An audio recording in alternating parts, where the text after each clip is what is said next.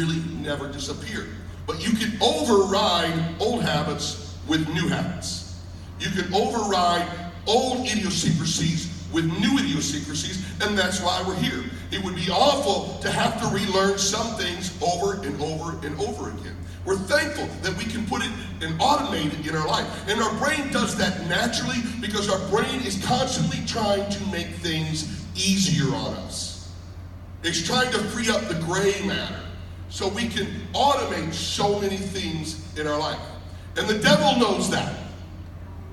Don't kid yourself. The enemy knows that if he can get you into a habit, they call it a stronghold in the Bible. If he can get you a stronghold in your life, he knows it's hard for you to get out of that. Sinful thoughts can cue an old habit, and you just immediately kick back into that thinking and that way of understanding. And idiosyncrasies ultimately dictate who you are and who you'll be and what you're growing and how you're going to live and the fulfillment of your life.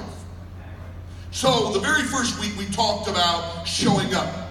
It's a powerful habit and it creates a chain reaction. Showing up every Sunday is one of the most powerful things you can do in your walk with God. Because you connect, you feel the presence of God. You learn all the things I said earlier. It's a healthy start. It's not in and of itself. It's not going to take you to heaven by just showing up. It's just a beginning level. Showing up every Sunday is important. Compromise will always lead to more compromise. If you're ever involved in any kind of sales negotiation, they say the first person that compromises loses. Because they know if you'll compromise once, you can compromise again. Now, for the last couple weeks, I've been really trying to eat a little healthier, and I'm trying to establish some chain reactions in a little different area of my life. And so I went about 3 days. I was doing really good. I was proud of myself. And I get to life group, and I was in Carol's life group that night, and Christy Witt makes chocolate chip cookies. Now, there's two things that I really enjoy in life, and that's good chocolate chip cookies and pizza. I mean, they're of God. When we get to heaven, I am confident there will be pizza and chocolate chip cookies. Do I have an amen in the house? Now, I'm sitting there, I'm 3 days into it, thinking, no, Mark, that'll start a chain reaction. Don't you do that. And so they passed them all around the table. I'm watching everybody. I mean, crumbs are all over the place. And I'm not even hearing one thing Carol's saying for about 20 minutes. Everything in me is saying, just get one. Just get one. One won't hurt you. I mean, seriously, you think one's going to make you gain a pound? And I'm like, no, it's not. I've got this whole dialogue going on in my head. These cookies had a voice. And so I'm trying to act all spiritual, and I'm sitting there listening to Carol shaking my head.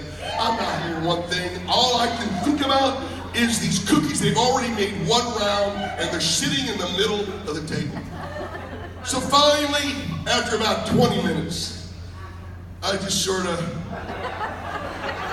just one. I'll get it out of my system with just one. So I ate one cookie. I know you're disappointed in my lack of discipline. But I ate one cookie.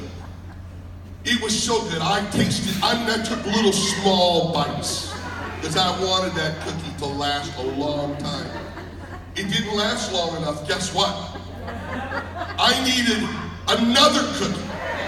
And I told myself if I just eat one more, that's just two, and that's discipline. If you can stop at two. So I ate two. And I did stop. Thank God I stopped. I left early. Well, not early, but at the end, Carol was talking. I went home, and when I got up the next morning, Carol had brought 6 or 7 of these cookies in a little Ziploc bag and put them on the counter. It doesn't stop.